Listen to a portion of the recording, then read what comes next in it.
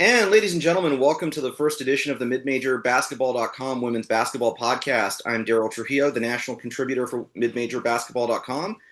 Joining us on a Wednesday morning here is Abilene Christian women's basketball coach Julie Goodenough. Goodenough led the Wildcats to a second straight 20-win season, second straight appearance in the WNIT Super 16, and a second place finish in the WAC regular season. Coach, thanks for joining us. Absolutely. Thanks for having me. So let's start by looking back at last year, another 20 plus win campaign for the Wildcats. You guys were legitimately about 4 minutes away from the WAC regular season title when you look at that loss in Cedar City to Southern Utah and then the two CBU losses. And you return all of that team minus, well, two role players, but you filled those needs out of the portal. How fired up are your returners to try to be the first ones to bring home a UAC title? We've probably talked about it too much already. They've only been back a couple of weeks, but we've talked about that a lot. We are in our second week of camp right now, and when I address the parents in our awards ceremony, we've talked about we want to be a team that makes history, that we go down in the record books as the first ever champion in a brand new conference, and so for sure, like our players are fired up for that. I mean, we felt like we left some goals for sure not accomplished last year, and the bulk of our team is back, and so they feel like that we kind of let Wildcat Nation down in a way last year, even though we had a couple of significant injuries. We just weren't able to do what we set out to do, and so I think they are truly excited about the opportunity to. I mean, who gets to play in a brand new conference? I mean, teams move conferences all the time, but just to be, kind of a charter member in the UAC as far as women's basketball goes, it's a pretty neat opportunity, and I think our players are genuinely excited about that. Peyton Hull takes home WAC Player of the Year honors. Aaron Woodson, second team. Just talk about their years and from the growth they showed from year two to year three or year one to year two, and kind of what the next step is for them in terms of bringing a UAC title home. Yeah. Well, Peyton is a very elusive scoring threat. She has been since her freshman year when she was freshman of the year, but her injury her sophomore year was devastating to her and to our team. But it really allowed Aaron then to, slide into the starting lineup to get just invaluable experience in our program. And so then when we started the year last year, Peyton was healthy. Aaron comes back with all this experience.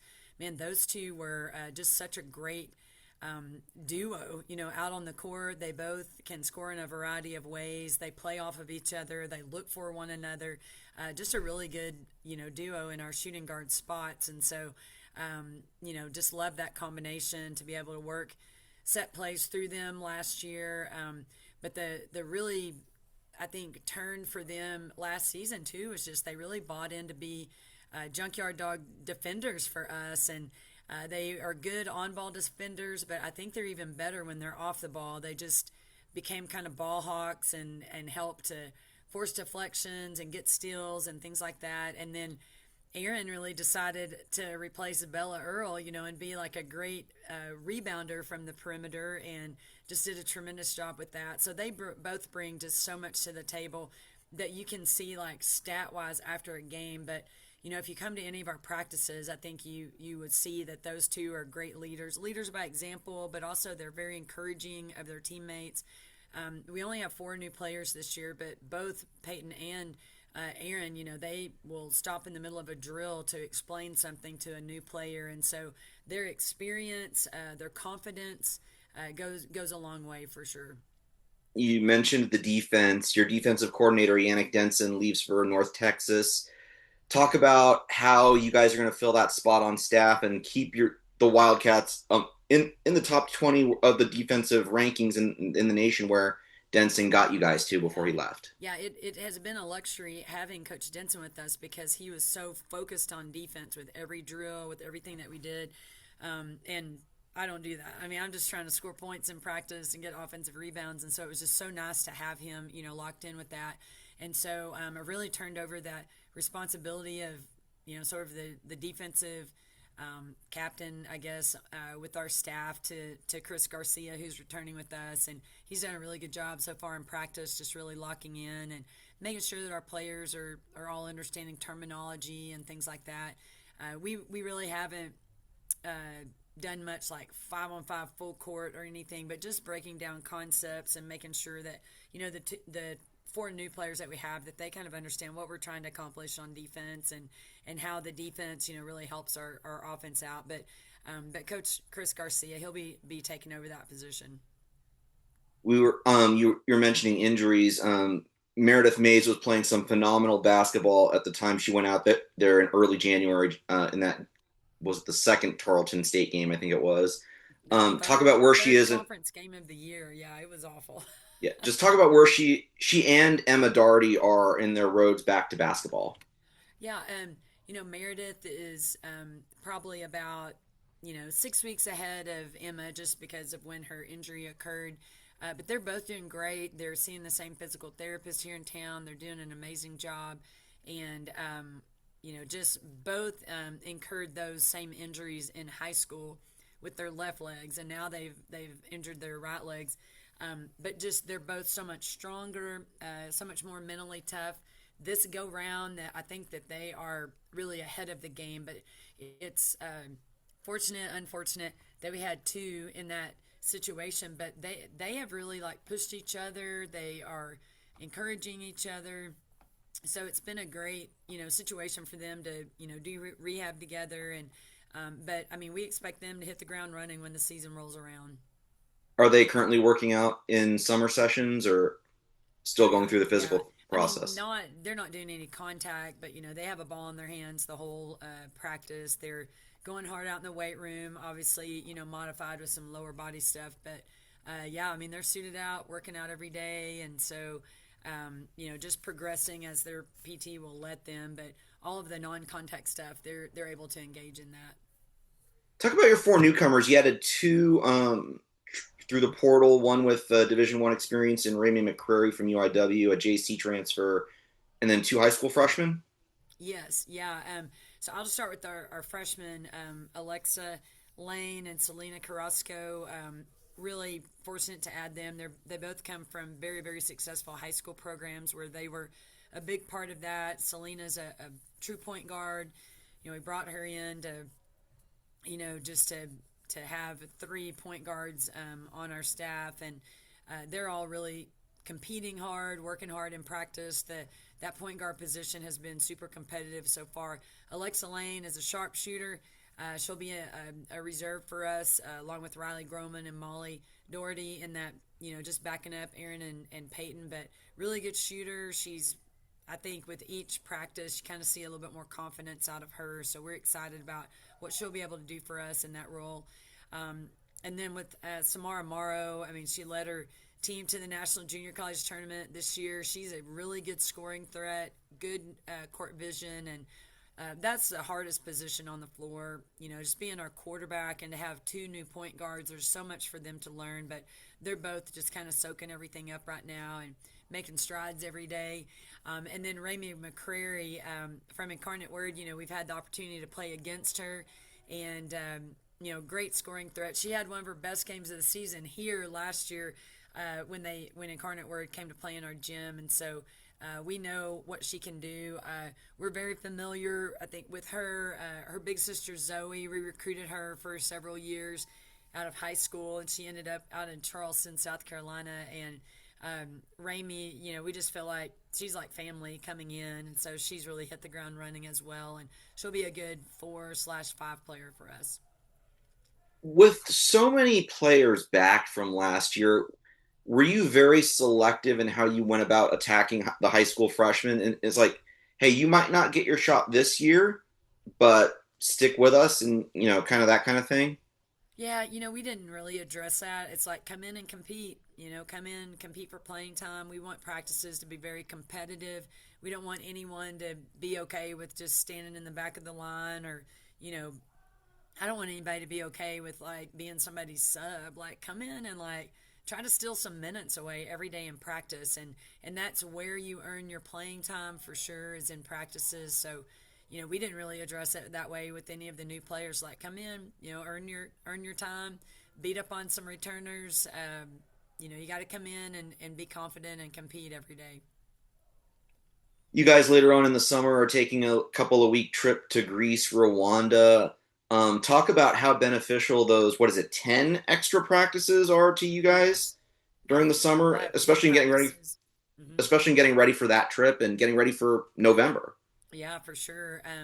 Yeah, we get 10 practices. We'll be, utilizing all of that time for sure. And we'll play 2 games in Greece. We're excited about that trip, just the history. And our travel company, I always tell them I want to go somewhere warm and we want at least one full day at the beach. And so I think Greece will provide that for us. And then we have a really awesome opportunity provided for us by some generous donors to go to Rwanda. We're staying on the campus of a girls' high school there, or it's a girls' school now. It goes K through 12. We're staying on their campus. We're doing basketball clinics and also doing like a safari. We're just checking out everything that they have to offer on their campus. They have like a coffee plantation there and just different things that we'll get to experience.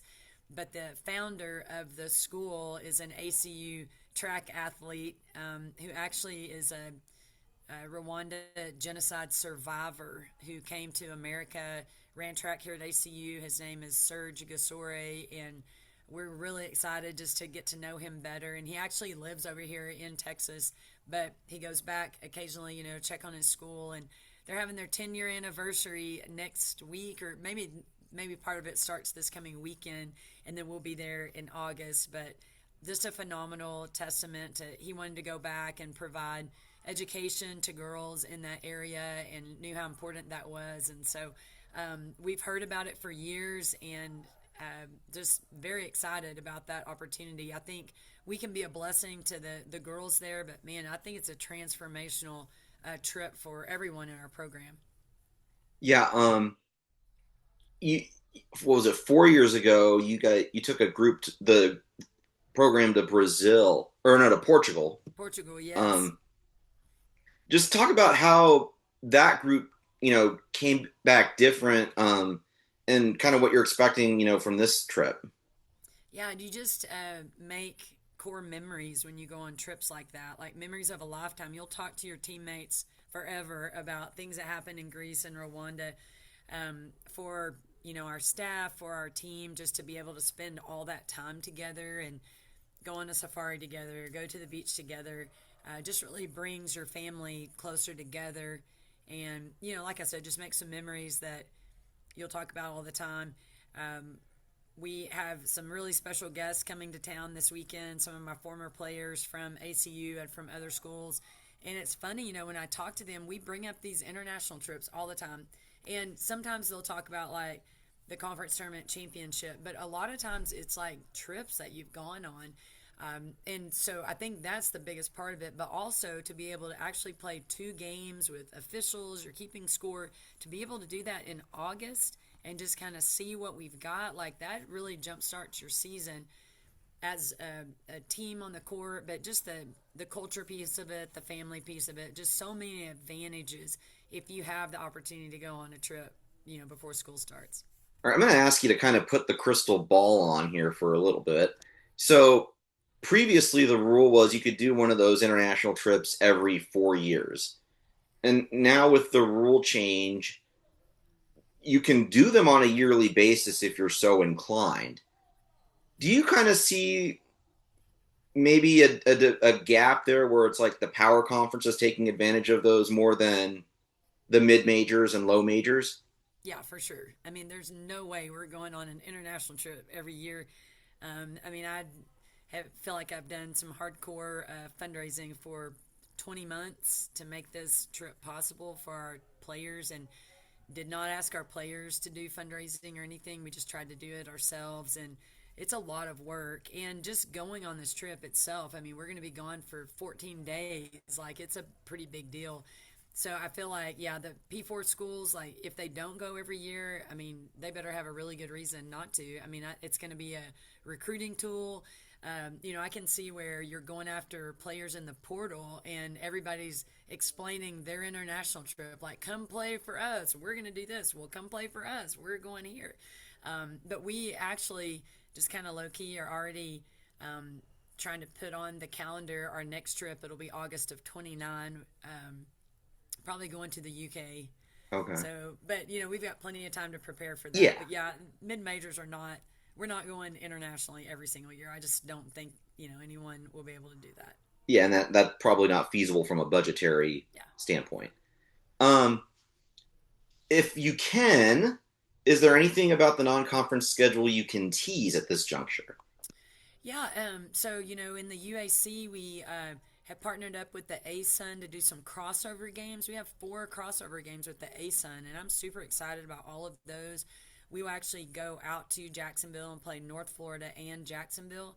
Then we will host Stetson and Florida Gulf Coast, and so those are 4 non-conference games that like we're super excited, 2 at home, 2 on the road. I think those are some marquee games on our non-conference schedule. Plus, we had already booked a trip out to North Florida for a Thanksgiving tournament, and then we'll go back out there to play a couple of games. But we are, I probably shouldn't say this. We haven't signed the contract yet, but we are really probably about 80% done with a home and home with Northwestern in the Big Ten. And so they'll be coming to Abilene, America, and then we'll be going to Chicago.